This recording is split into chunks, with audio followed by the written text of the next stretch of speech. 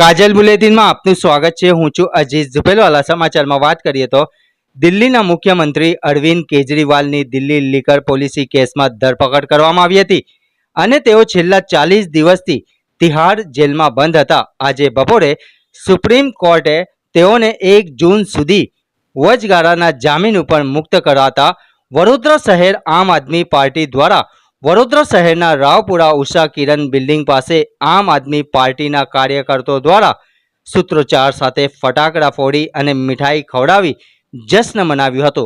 આ પ્રસંગે આમ આદમી પાર્ટી લોકસભા પ્રભારી વિરેન રામી તેમજ શહેર પ્રમુખ અશોક ઓઝા સહિત અનેક સક્રિય કાર્યકરો ઉપસ્થિત રહ્યા હતા।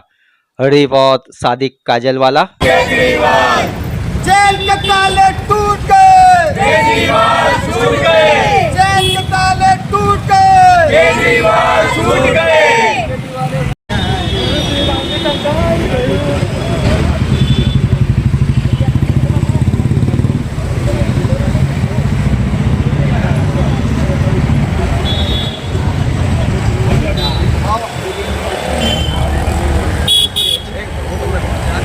अंदर क्या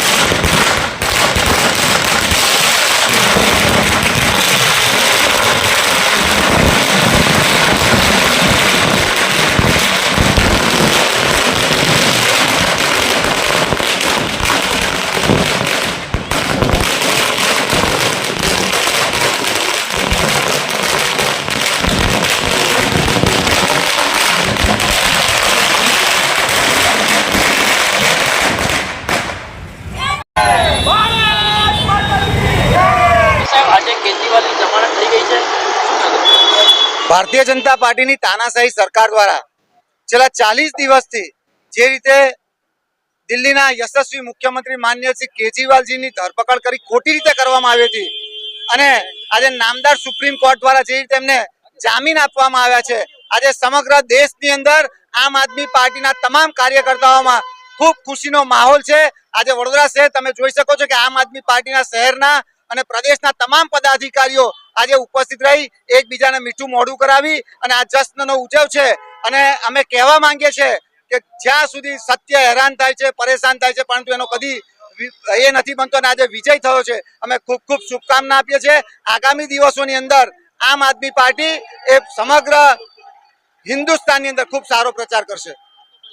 વિરેન રામી, લોકસભા પ્રમુખ, આમ આદમી પાર્ટી। સત્યનો વિજય થયો છે।